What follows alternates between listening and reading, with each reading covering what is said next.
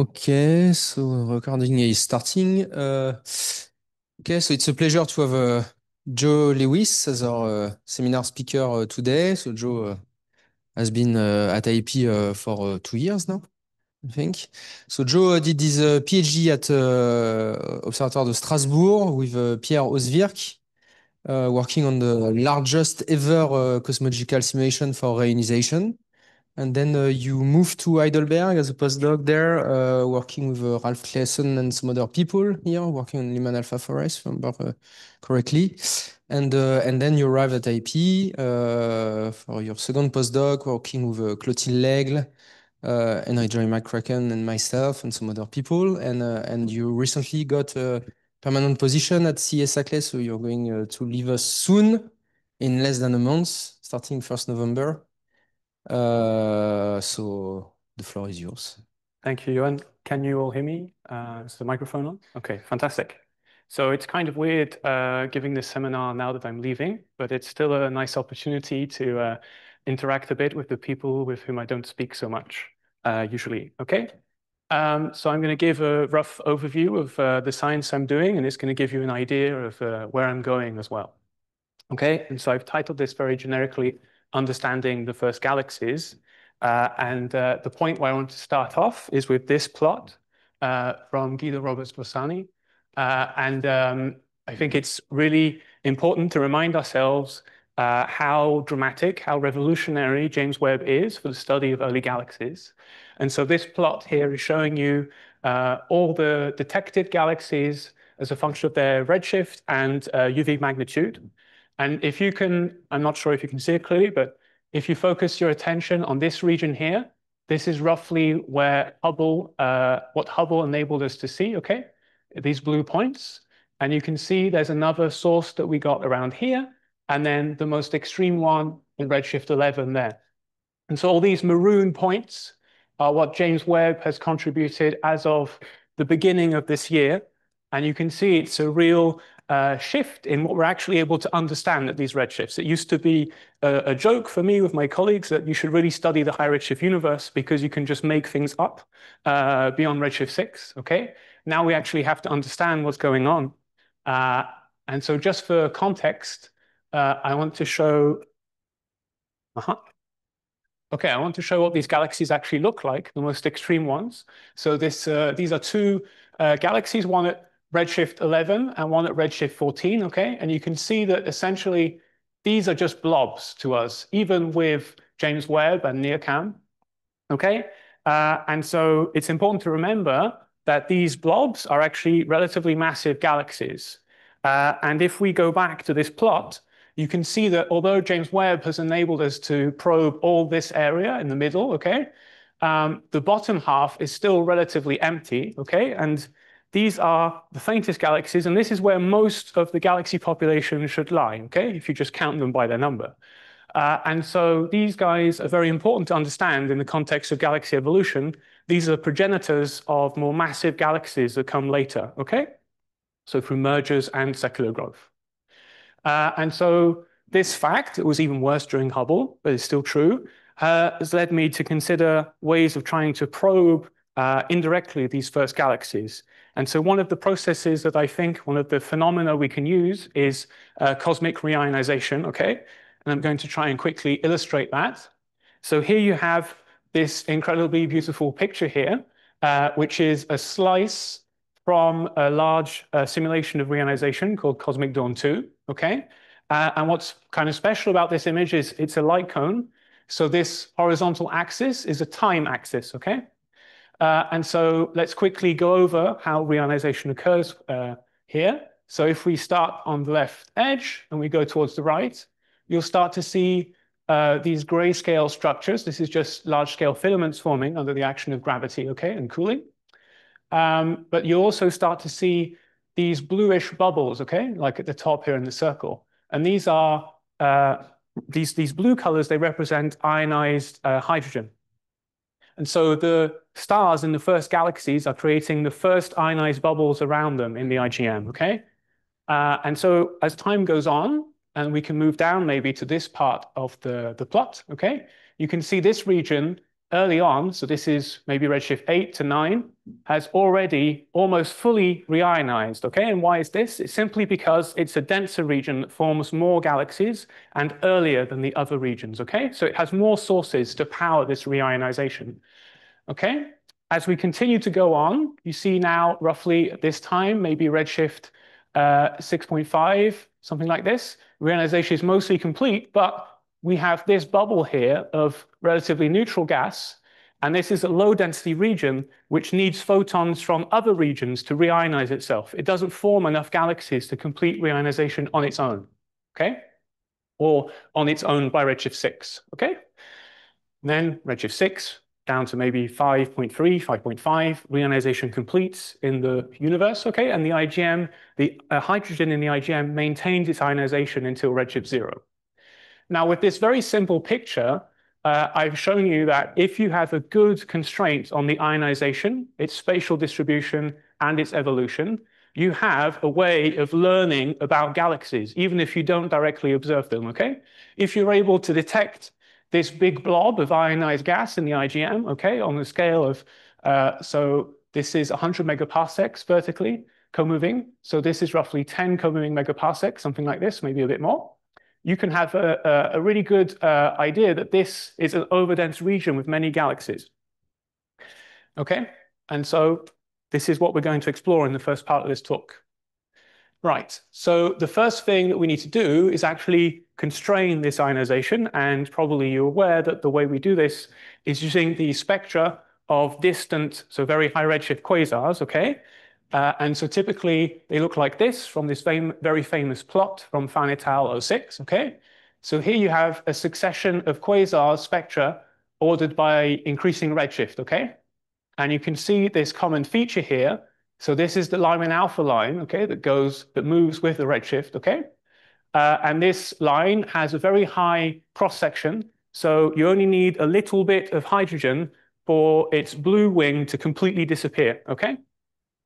And the really cool thing here is that as this spectra comes towards us, as it redshifts cosmologically, okay, we get depth information about the presence of hydrogen. So at every bin of wavelength here, you get information about the presence of neutral hydrogen on the line of sight. So this probes the column density of neutral hydrogen in all this region here, which is called the Lyman alpha forest, okay? And so this has been successfully used for many years now to try and put a constraint on how reionization evolves, okay? So the next step in our problem is to link this to the physics of the galaxies, okay? If we want to constrain the galaxies using this. And so the most simple thing to do is just state that if you want to reionize your local patch of IgM, you need the reionization rate to be greater than the recombination rate. If you abstract out the recombination rate for now and focus on the ionization rate, because it's what the galaxies are producing, the ionizing photons, you can express this density of ionizing photon production as a function of observables of galaxies, okay? So you can observe the galaxies in the UV. So we have a density of sources here carried by the UV. We don't see directly the ionizing photons because of the intervening neutral hydrogen. And that means we have to convert to the ionizing wavelengths that interest us, okay, with some parameter. And then finally, we're interested in the photons that participate in reionization in the IgM. So we have to remove the fraction of photons that ionize something within the galaxies. We don't care about these for this problem. And that's the escape fraction here. Now, this is actually quite challenging to determine, and every term has its own little difficulty. Maybe one of the first evident things is that if there are a lot of faint galaxies and we don't see them, then we're not seeing a large or moderate fraction of the UV density, okay? And then the two other parameters kind of share a similar problem where we don't directly see the ionizing radiation. So we have to try and work out these conversions at high redshift. So we can use line ratios in parts of the galaxies in parts of the galaxy spectra that we do see, okay? And use calibrated relationships from lower redshifts where we can see the ionizing photons. Okay, and this is also true for the escape fraction. The escape fraction is even more complicated because it can change depending on your line of sight, and you only have one line of sight to the galaxy. So despite this being very challenging, there are very brave people like Akim at IAP who have spent a lot of time trying to work this out, and they've produced wonderful plots like this, okay?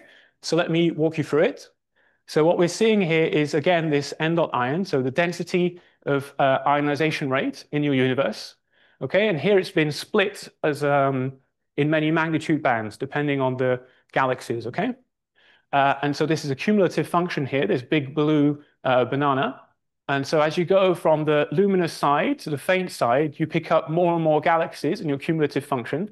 And so the density of ionization increases, okay? Makes sense. Now, the cool thing about this plot is if you measure the slope of this curve, it gives you an idea about the relative participation of the different types of galaxies. So if we arbitrarily define luminous galaxies as things brighter than -18 UV, okay, and then we can measure off their contribution here, total contribution, and then we can define very arbitrarily the faint galaxies as everything that goes down to the magnitude limit of the uncover survey at -15, okay, and we can also measure its contribution, and we can see that they're roughly equal. We know that the distribution of galaxies as a function of magnitude doesn't stop at -15, it continues. Okay, so what this plot is telling us is that the faint galaxies are driving reionization. These are the ones that produce the most of the ionizing photons that make it into the IGM to reionize it, okay? Now, the problem with studies such as this, so Uncover and maybe Glimpse, is that to get this kind of magnitude depth, even with James Webb, you need to rely on techniques such as lensing. So it means that compared to a large field survey, you have much fewer galaxies and poorer statistics to work with. Okay, so that's one of the challenges. And so all these difficulties mean that there's a lot of room for people like me to come in with simulations and try and understand how this relates and how reionization is working, okay? Right, so let's make a shopping list for simulating reionization. The first thing we need, I think I made it clear so far, but we need a large volume, right? So reionization is driven by its sources, which are the galaxies. And so to get a converged statistical description of reionization, you need to represent all the different possible local outcomes, and you need a large volume, okay, to beat the cosmic variance on the overdensity to do this. The second part is we need to resolve the galaxies because that's where star formation happens. That's where our ionizing photons are produced. The third thing that we need is to solve the radiative transfer. Okay, we need to follow the propagation of the photons and the ionization that they produce from the star forming sites to the IGN. So if you pick two of these together, that's already challenging. The first two is what regular cosmological galaxy simulations face, okay? And radiative transfer is very expensive. So this means that you have to make some kind of compromise, okay? And just to quickly go over this, I think it's nice to have a bit of context about it. This means that the community is heavily specialized, okay? And so a quick way of describing this is with a very rough volume to resolution axis here, okay? And so I've mostly been working on simulations like Thiessen and Cosmic Dawn, okay, which try to handle large enough volumes to get moderate to good statistics, okay? But to do this, they sacrifice resolution, okay, inside the galaxies, especially to have fully coupled radiation and hydrodynamics. Okay, because of this, there's another part of the community that specializes in lower volume, higher resolution simulations, which can go into better detail, for instance, understanding the escape fraction of galaxies, etc. Okay, but these are all so expensive that it's very hard to run a battery of tests where you explore different model parameters, and we have a number of free parameters from the galaxy formation, subgrid physics, but also for the ionizing production of photons, okay? And so that has driven some people to not couple the radiation and hydrodynamics. This means that you only do radiation, radiative transport and ionization at the end of your simulation, okay? So it's cheaper because you can do it at a separate time step, but it means you don't get feedback between the hydrodynamics and the radiation. So you lose some of the physics, but the advantage is you can explore different cosmologies, different physics, and go to larger volumes, okay? And continuing in this trend, you can go increasingly analytical, okay? And you get projects like ASTRAEUS where you use an n-body dark matter simulation and you paint on all the baryonic physics and use an approximate method for radiative transfer, okay? An even more approximate method, okay? And then you can go to the most analytical projects that exist for reionization and use codes like 21 centimeter fast, which uses even linear perturbation theory to produce a dark matter field, okay? And then all the baryonic stuff is painted on again, okay? And this you can run on your laptop and you can run hundreds of different models, okay? So I'm going to talk about this, okay? Cosmic Dawn, which is a simulation that I've been involved extensively with, okay? And so just to present it quickly, we already saw the light cone earlier. Here's a film of a fraction of a slice of the simulation, okay? So this is 32 co-moving megaparsecs up here. Again, the blue colors are showing you where ionizing photons are, and you can see the volume is slowly filling here with ionizing photons, so it's being ionized or is already ionized. And you can see we're at redshift 6, and there are these residual neutral regions, which are the low density areas of the box, okay? And even at redshift 5.8 here, you can see this neutral bubble in the bottom right corner. And this is really nice. This is something that's been coming out of observations for years now. And we're actually moving to better reproduce this, okay? And so just to briefly say that we check all the boxes that I mentioned earlier. So the full size of this box is about 100 co-moving megaparsecs. So we check the first box on the large volume that we require. We have an approximate description of galaxy formation with a relatively coarse resolution, okay? But technically, we can claim that we resolve galaxies and star formation to some extent. And we solve radiative transfer on the fly with a full speed of light, okay? And because the radiative transfer is so expensive, and because we require these large volumes, and also due to particularities of our approach, to achieve this, we needed to run the largest reionization simulation ever in terms of number of resolution elements, okay? So there are 8,000 to the cube gas cells and dark matter particles, and many hundreds of millions of stellar particles as well, okay? So what I want to do very quickly is run you through a few of the diagnostic tests that we always do when we run these simulations, just to prove that it actually reionizes and to show you what we like to look at in the field. And so this is maybe an average description of how reionization evolves, okay? This is the average neutral fraction throughout the whole volume and how it evolves with redshift. And the blue curve is in Coda 2, okay? And so you can see we do a pretty good job here at reproducing this mess of constraints around redshift 8, but also we now very well match these constraints below redshift 6, okay? And you can see that's a huge improvement compared to Coda 2, okay? So we're very happy about this. But of course, this is something we calibrate against. So you can say, what are you really proving here? What I can show you is another statistic, okay, for which there weren't measurements past redshift 6 when we designed the simulation. This is the mean free path of ionizing photons in Coda 3, okay? So this black line. And so it's evolution with redshift. And so if you put an ionizing photon in the universe somewhere, this is the typical mean free path, the distance it will travel before interacting with a neutral hydrogen atom. So as reionization completes, okay, going down from redshift 6.5, more and more of the gas is ionized, and so the mean free path increases. Make sense?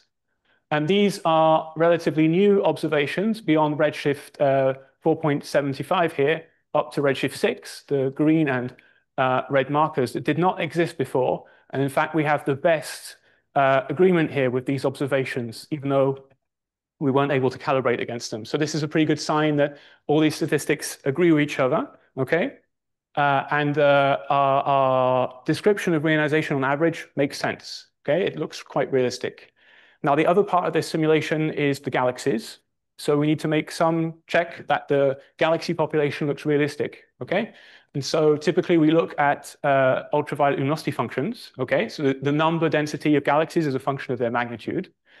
And here I'm showing you 3 redshifts and relatively Hubble error curves, maybe, okay? We'll get back to that later. But you can see these full lines here, these 3 different redshifts, are in relatively good agreement with the black markers from the observations. Note the dates on the observations. We'll get back to that. Okay, and one of the key points here is that this includes extinction, okay, which we model, and it's the difference between the dash curve and the full curve gives you the effect of extinction on these results. So we find it to be quite important. So there's a problem with everything I've been talking to you about so far, okay, with the UVLF and the quasars and the Lyman alpha spectrum. It's their distribution on the sky. So if you imagine this is your night sky, let me put different galaxy fields on there and then quasars. And you see that you could have a problem here where you might be biased in one direction with the quasars and another in some of your galaxy fields. They're not co-spatial, okay? Typically, the quasars, we think they reside in very dense regions of space, okay? And not necessarily the same densities as the galaxy fields. And the whole problem with reionization is it's related to the local overdensity. This means we can't constrain at the same time the progress of reionization and the progress of galaxy evolution and the relation between the two, okay? And so that's why there's a new breed of surveys coming out, okay, where you just do both at the same time, okay? You focus on the quasar and you get galaxies around it.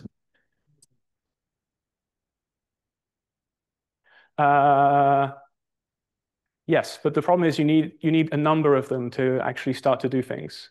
I can show you the number you actually need later. Okay. And so the experiment we're doing here is if you imagine a field of galaxies and your quasars in the background on the left, okay, and you're on the right observing it. Now you can measure, if the quasar's at the right redshift, you can measure the Lyman alpha forest here, okay? And that gives you, if you radially bin this information around the different galaxies, that gives you a neutral hydrogen column density radial profile around the galaxies, okay? Or a profile of transmission around the galaxies. So you can do this for different radial bins and then for different galaxies. And then if you break down this information along the galaxy axis and the quasar axis, you just get the radial profile of transmission like this. So what I'm showing is the transmission anomaly. There's my pointer, okay, as a function of the radius from galaxies, and this is measured in the Coda-free box, okay? And these different curves are at different redshifts, okay? And so the higher you are, it means the higher your transmission is at this radius around galaxies compared to the mean transmission in the IGM, okay? So that's why it's I'm saying anomaly. So let's try and explain this, okay? And we're going to start with this region here, which is a common feature between all these different curves at different redshifts, okay?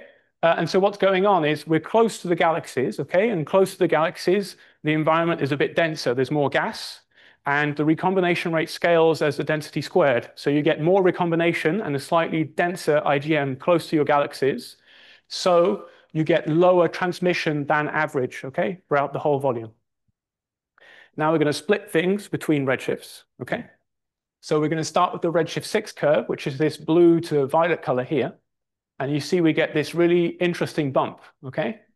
And the reason we get this is we're now far enough from the galaxies, okay, that we're no longer in this more dense medium, but we're close enough to be, on average at this redshift, more likely to be in an ionized bubble, okay? And so the distance you have to be at depends on your redshift and the progress of reionization. If we go far from the galaxies, we're at a stage where reionization isn't complete.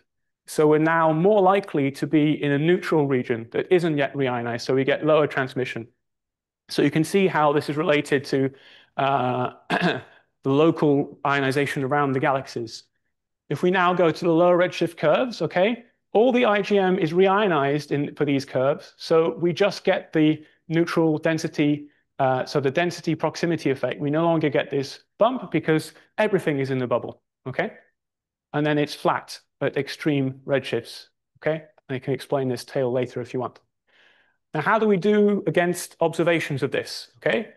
These huge black crosses are from the Aspire survey, and you can see we do a pretty good job of explaining their results between redshift 5.4 and 6.4, okay? And then if you take into account their huge error bars, we can just sort of explain what they have, okay? And so one of the things I've been working on is trying to understand the relationship between the number of quasars and galaxies and the result that you obtain, okay? right. Okay, so I think I've given you a number of arguments that show that this simulation reproduces quite well the statistics we expect from reionization, including new statistics that didn't exist when we were designing the simulation. So maybe now I can go back to my promise earlier. If you remember this slide, I said that we could use simulations to help out the observers here and try and understand how things are happening. Okay, so let's try and do that. So I've organized this plot a bit differently, but what I can do is I can measure the escaping ionizing luminosity from the tens of millions of galaxies in this simulation, and I can organize them by magnitude bin, okay, in different colors. And then I can stack all these bins vertically to give you a visual indication at every redshift of the role of different magnitudes in reionization. And so what we're seeing here is early on in the simulation at redshift 15 to 14 here, the faint galaxies that are fainter than -15 UV are driving all of reionization, essentially, okay? If we evolve things down to redshift 7, we see that the more luminous and massive galaxies have an increasingly important role, and this is mainly because they actually start to form in significant numbers, okay? Before they are so few of them that they don't really have an important role. And we get another effect when we go down to the end of reionization, okay? Because the radiation from this ionizing radiation, it heats up the gas, okay? And it can exert feedback on galaxies. And this is particularly important for low mass galaxies, okay, that have shallower potential wells. And this is able to suppress star formation in this faint bin, okay, which you can see now is participating less than a few percent here, something like a few percent. So from this simulation, the conclusion is just like Hakim's. Reionization is being driven by the faint galaxies, okay? And it's not just us saying that, it's also other simulations like STINKS that have smaller volumes but more detailed galaxies and different physical recipes, okay? So this looks all very nice, okay? And it means that because you're driven by the faint sources, if you see that big ionized bubble I was talking about early on in the talk, it's likely that you can work out, you can infer the presence of many faint galaxies, even if you can't directly observe them, okay? If they weren't important for reionization, then you couldn't infer their presence from the ionization. So that's a nice result here, okay? And that's what I'm saying here. So if I observe a massive bubble, I can actually deduce things about the faint end of the UVLF, even if I can't directly observe it. Now, there's a problem here with all of this that I've mentioned a bit. And I'm not sure we were aware in the reionization simulation community that as James Webb was launching, it was going to destroy all our papers. But we have the same problem as galaxy simulations in general, which is we have very poor agreements with the large densities of luminous galaxies at very high redshifts, okay? And so this leads me to my second part, okay, which mostly is the work I've been doing at IAP, where I've been trying to get into lower redshifts and try and explain all these tensions with the James Webb, or at least focus on a few problems. Okay, so I'm just going to go over them quickly, maybe the ones that concern me more directly. So here again, I'm showing another UVLF, okay? And I think at the very beginning, in the first year or so, I have to confess, amongst simulators, we were a bit dubious about these new measurements. But now we have plots like this, okay, where all these red diamonds and circles, they're spectroscopically confirmed, okay? So there's very little margin for error here. And you can see even these newish results from theory struggle to match some of the points here that are at the brightest, the most luminous magnitudes, okay? And so I think this plot encapsulates it very nicely, okay? The difference between before and afterwards. This is another UVLF here. This is a very distant, extraordinary, actually, galaxy at redshift 14, okay? And the constraint it applies on the UVLF here. This is where most of models lied, roughly, pre-James Webb during the Hubble era, okay? And this is where the new models that are lying, okay, to try and explain extreme objects like this. So we can go through some of these solutions. I think you've probably heard all about them, but it's worthwhile to recall them. Okay, so one of the earliest things we've heard about is maybe very efficient early star formation or weak stellar feedback. So things like the feedback-free model from Avishai Deckel. Okay. Another proposal was that maybe we don't understand the amount of dust in these galaxies. Maybe they actually are almost dust-free. Okay. And so we're miscorrecting for extinction, and actually they're not as luminous as we think they are. Okay. Another possibility was we're actually misestimating the UV to stellar mass relationship. Okay, maybe the star formation is very bursty, and so we're misrepresenting what is normal for these galaxies. Okay, and relatedly, you can consider evolution of the IMF, so what typical stars are like at these redshifts. Okay, because the metals it's very metal free at redshift 14. There's not much stellar evolution and enrichment that's gone on. Okay. And so a number of these solutions have been studied, okay? And I think we're at a stage where we're now integrating them properly together into simulations and trying to work out their consequences for long-term evolution and whether or not they agree with what we have at lower redshifts as well, okay? Lots of these haven't yet been fully tested in hydrodynamical simulations, okay? Which is a major step we need to get to. Now, the second huge thing that you may have heard about is the fact that we keep finding, well, there are claims of relatively high mass black holes in not so massive galaxies at high redshifts, okay? So this is illustrated by this plot from Mélanie Abouzzi, okay? And each panel is the black hole mass to stellar mass for different cosmological simulations, okay? They're all from the Hubble era. And you can see these pink crosses, which are reported detections of black holes, okay? And you can see none of the simulations really go into this region, okay? Because to be frank, we didn't think it existed before. And so this might be a pretty big challenge for us and have repercussions for the star formation evolution of these galaxies, okay? Star formation history, okay? But I think there's much more uncertainty attached to these results so far. You have big problems with estimating the black hole mass, and there are also some uncertainties with the stellar mass estimations and plots like this, okay? So to be continued, but interesting nonetheless. And I think there are a few things that point in this direction that we have maybe more massive black holes than we thought we did. And one of them is this problem, okay? For a while now, we've had hints that maybe our simulations weren't producing enough quenched galaxies, massive quenched galaxies, especially as you go to higher redshifts, past redshift of 2, maybe, up to 3 and beyond, okay? And this problem has been reinforced by James Webb. So here's an example from a dense number density of quiescent galaxies, okay? And you see various models here in the colored curves and some observations here. And this incredible observation by Andreas Weibel at redshift 7, okay? And this is really difficult for simulations because you need to form the mass to make a massive galaxy very early on in the universe, and then you need to quench it, okay? And so you can see that none of the models really explain this at all or come close to explaining this. So one of the interesting parts about this to me is that it connects the other two problems. You need to form a lot of stellar mass early on.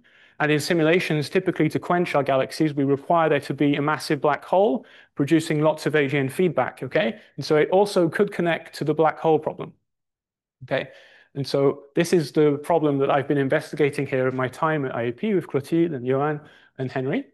And so I'm trying to look into what the implications for simulations are, okay, from this particular problem. And so the way I've been handling this is to take galaxies from existing simulations that we know quench or don't quench, okay, and resimulate them with better resolution and improved physics. So for instance, I've been taking simulations from the large High Horizon AGN simulation, okay, and resimulating them going from roughly 1 kiloparsec resolution to below 50 parsec resolution. You can see an example of this in the relatively large volume here. This is the gas density, okay, the very quick evolution. And exploring, well, the first thing you need to do is somehow, when you improve the resolution, you hope that by resolving more of the inner structure of the galaxy and the accretion flows and maybe doing better at estimating where feedback occurs and things like this, maybe you just fix the problem by going to higher resolution. So that's the first thing we're going to check here. So I'm showing you the star formation rate against stellar mass, okay? And so if you want to find the red low specific star formation galaxies, you need to look here, okay? If you use a rough definition for quench, this is this triangle. And if I plot on the galaxies, this is these black crosses here. These are the Horizon AGN galaxies, okay? And at this high mass part of the plot, you can see that they stem from this main sequence area down to greenish, to red, and to quenching or quenched galaxies, okay? Now, if you look at these blue dots, which are the higher resolution resimulation of the same region, you can see that none of them are in this region, okay? So in fact, the problem might be even worse than we thought it was. Okay, but this is great news. Anytime we find a severe contradiction like this, it means we've got something to learn. Okay, so what's going on? This is the black hole mass evolution for a number of pairs of galaxies, okay? Every color is a different pair of high resolution in the thick line and low resolution in the thin line, okay? And you can see here that the low resolution, the black holes in the low resolution galaxies are able to much more quickly accrue mass, okay? If you look at this blue case, it takes something like more than a gigayear for the higher resolution case to catch up with the black hole mass of the lower resolution case, okay? And if your black hole mass is much smaller, it means it generates weaker stellar feedback. So it's not able to participate in quenching of the galaxy, okay? So what's going on? Here's a very almost shocking density projection of the gas in a Horizon AGN galaxy, okay? So you can see how pixelated it is, okay? This is because the resolution is around the kiloparsec. And this means with this resolution that the density distribution is very smooth, okay? So if your black hole is not exactly in the center, it doesn't really matter because it's got a kiloparsecs margin where it remains in high density gas that it's able to accrete efficiently. If I now go to higher resolutions, the galaxy looks maybe, or the galaxy's gas looks maybe more like what we expect. So it's blobby and turbulent. You can see maybe hints of winds going out here, okay? And now if the black hole moves about or the gas is swept away by feedback, then the black hole is more likely to experience periods of time where it's in low gaseous density environments and doesn't accrete well, okay? And this is what's causing the difference in accretion rates. So let's talk about solutions quickly. And these are maybe more moderate solutions to the problem, okay? So the first angle you can think of is, well, maybe actually my black holes don't need to be so massive. Maybe the problem is my feedback model, and I just need the feedback to couple more efficiently to the gas, okay? To quench the star formation. The second thing is we know how approximate our black hole evolution models are. And so maybe we can work on different accretion models for to grow our black hole masses a bit more quickly, potentially. And the other thing is maybe that our star formation and feedback recipes aren't quite right. So the density distribution in the galaxy isn't quite right, and this is impeding the black hole growth, okay? And I've been focusing on the last two. And so you have an example of this on the right, okay, where I've slightly tweaked the star formation model in the top plot. Okay, this is the same galaxy. Again, the gaseous distribution. And you can see here how the gas is denser and more extended. And in fact, in this case, we form more stars earlier on. This circle represents the radius where 50% of the stellar mass is. And you can see how much more concentrated it is compared to this galaxy. Okay, and that really favors the black hole growth. So this works, okay? And most of the galaxy statistics on the top are stable to this change. So it's still a realistic galaxy, but it's not enough to affect its star formation history significantly. So I got to a point this year where, okay, so I have the film, but I don't think I have time for it, where I was a bit frustrated and I just wanted to throw everything at it, at the problem, and see if I could actually quench these galaxies. And so by producing a model with very low stellar feedback, where I form a lot of stellar mass early, and the galaxy is much less turbulent because there's less energy injection into the center of the galaxy, I get something like this. This is, again, the same star formation rate to stellar mass plot. In blue, you have the points we were seeing earlier, okay?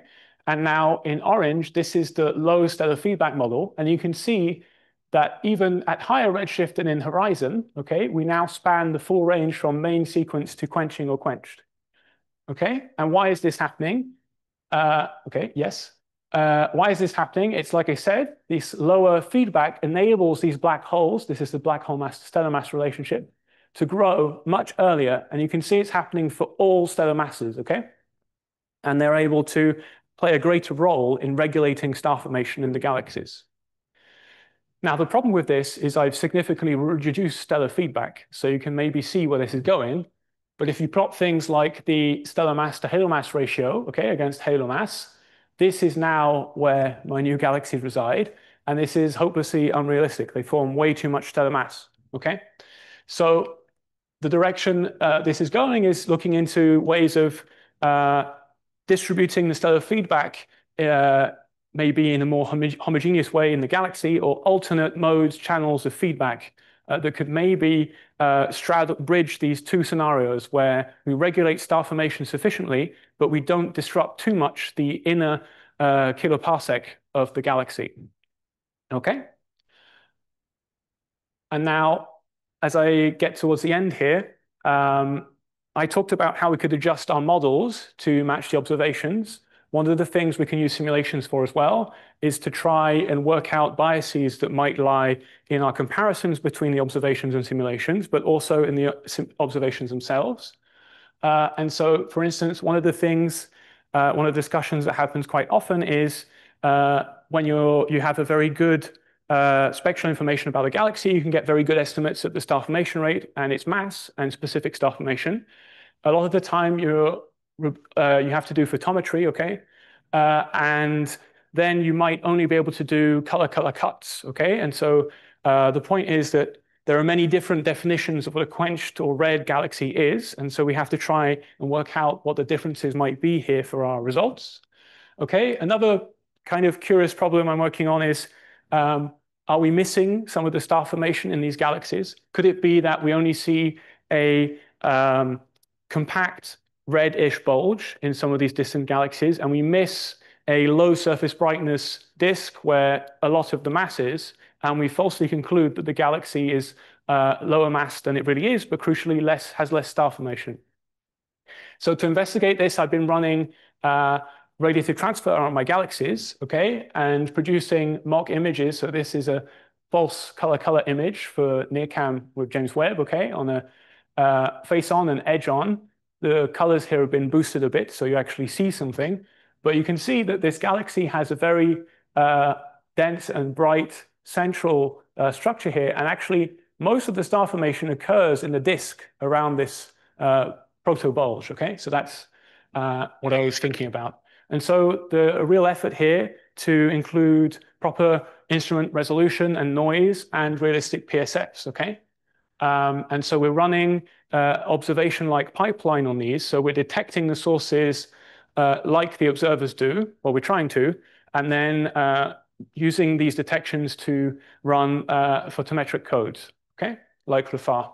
And so this is also going to be used for other projects, like investigating these kind of clumps you can see, especially on the edge-on case, okay, and how they form and how they evolve, okay? And that's something being done in LAM by Wilfried Mercier. Okay, so I'm going to leave you here, almost done with these two films, okay? The left one is meant to be pretty. It's at higher resolution, okay? And the right one is meant to be realistic. And so these are color images, okay, of a galaxy. And you can see this nice merger happening. And they're very quite beautiful. On the left, you can make out things like dust lanes, and you can see where the star formation is high and low based on the color, okay? And this is what you'd see with a realistic PSF and resolution. Okay, just to again illustrate the difficult connection we have to make between observations and simulations. So I'm pretty sure I'm over time, so I'm going to skip through these conclusion slides. And thank you.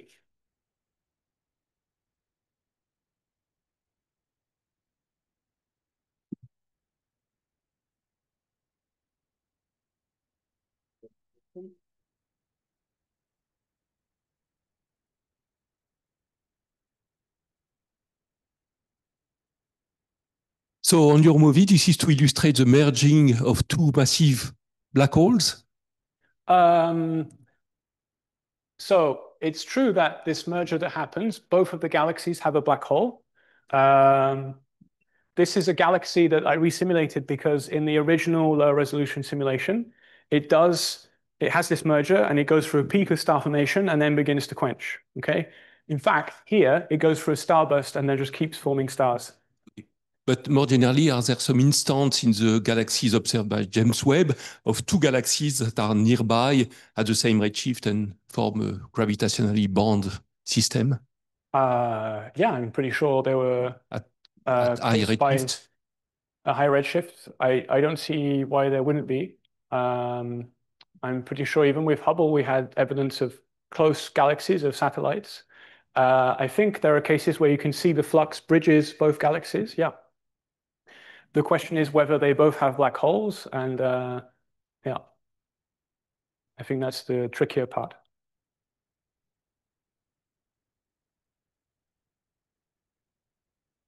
Hi, Joe. Thanks for the talk.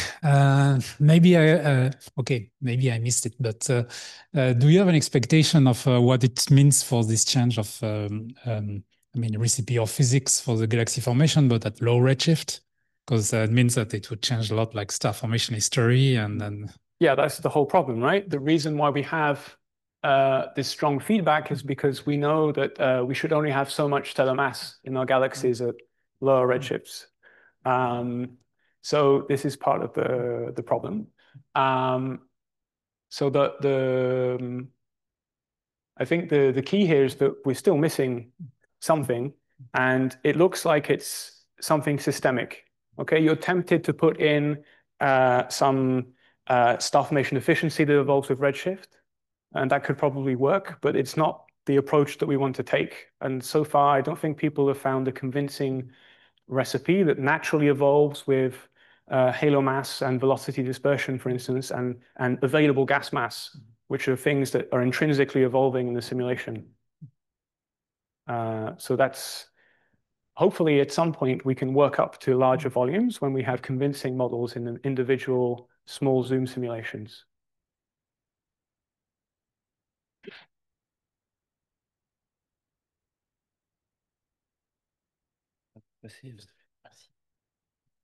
Thank you. I was wondering, in the picture that you mentioned about intergalactic medium reionization, maybe a naive question, do you assume that the gas is diffuse, or could it be clumpy in the first place? Does it really make a difference at all in terms of the clumpiness of the gas? Yes, it completely does. Okay. It's one of the reasons that we have so many resolution elements. Okay. So when you make simple analytical models of reionization, you always have a clumping factor. Okay. Because in your analytical models, you have to assume something relatively homogeneous. And there's a large discussion in the community at the moment over the end of reionization. Okay. Maybe I can show it. I have to click through, but the residual fraction you get of neutral hydrogen at the end of reionization is not trivial to match, okay, as I explained. And so one of the keys could be, well, our galaxy physics are a bit wrong. Another thing that people argue is we don't resolve enough of the small, very small structures in the IGM, and they can have a large cumulative effect over a long line of sight. One of the strengths of this simulation is it has 1 kiloparsec resolution everywhere, even in the IGM. So that's as far as it's the farthest that people tend to go. So it's possible that we're still not fully converged in the IGM, and that could be a key for understanding our results, okay, and the future results. But we're in a good position to actually comment about this because we can then rebin our simulation and compute the clumping factor. Yeah. The future observations can actually place some constraints on this using 21 centimeter atomic hydrogen? Indeed. So I talked about the correlation between galaxy observations in Lyman alpha forest. In the future, we can then correlate this also with the 21 centimeter signal. And the interesting thing about that is, so the galaxies are in the overdensities. High transmission in the Lyman alpha forest is in the ionized regions in the IGM, and the 21 centimeter signal is emitted by the neutral regions in the IGM. So these signals are actually collaborating to give a full picture, we hope. So that's the direction I want to go into actually with my predictions. Yeah. Okay, wonderful. Great, thank you. Thanks, Joe, for the very nice talk. I have a question about the third, about this feedback problem, the third avenue you have mentioned about AGN feedback and the fact to increase the efficiency of AGN feedback. Can you tell a little bit more about that? Because the simulations, they have already a very high mass loading factors, right, for the AGN. So, the project I highlighted is specifically in the TNG simulations. And so just for context, I would say that they have less of a problem of forming massive black holes because of their baryonic prescriptions, which tend to favor smooth galaxies. So that's the first thing. And it means that probably they're not so worried about forming massive enough black holes. They're focusing on the feedback. And the argument is that in these simulations, we tend to use two modes of feedback. So a more thermal mode that's isotropic, and then a radio mode where you launch jets. And so what happens in TNG is you only start to quench galaxies once black holes are massive enough to activate the radio mode. And so their experiment here is to play with this relationship between the two feedback modes, essentially, and to integrate them so you can have both thermal and radio feedback at the same time. Thanks. Henry? Finish with Henry. Last questions. So I'll finish with the easy question then. So what's your explanation for the galaxy at redshift 14? A star formation efficiency of 1.5? No, that's not possible. So I'm going to give an unsatisfying answer that I think is probably a bit of everything. So let me go back to this slide or forward to this slide. So I still think we don't handle the dust properly in our simulation. So that's going to cause a bit of a problem here. I think it's been shown that the UV variability isn't sufficient to explain this result. It's maybe tempting to think that it could be some cosmological problem as well, but I'm not convinced by that. And so I really think that it's some facet of the baryonic physics that isn't correct because of the extreme conditions in the early universe.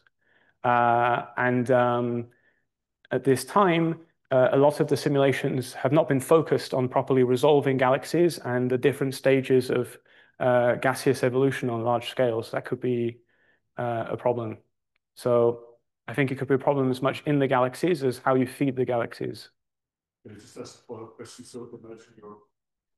Imagine you're writing a JWST proposal. I'm not sure what we can observe with those galaxies, but what would you like to know about this galaxy? This galaxy? Yeah, or those galaxies in general that would help you fix the simulations. Okay, so broadly, so there's two things. First, I think that we don't have good comparisons with the observations. So I think people like Corentin and his Megatron simulations are really going to help out here because they're able to compare line emission in a really realistic and proper, consistent way with the observations. And this is a really powerful probe, right, to get the metallicity, for instance. And that can help us constrain the feedback model in the galaxy. So there was a splash of papers actually on Monday about this kind of stuff using Megatron. So I don't know if I'm most interested about this galaxy or if I could be more interested in the galaxies we don't get right at redshift 10 because there are more of them. Yeah. But so, yeah, I think better spectral observations are the way to go, yeah. Okay, thank you again, Joe.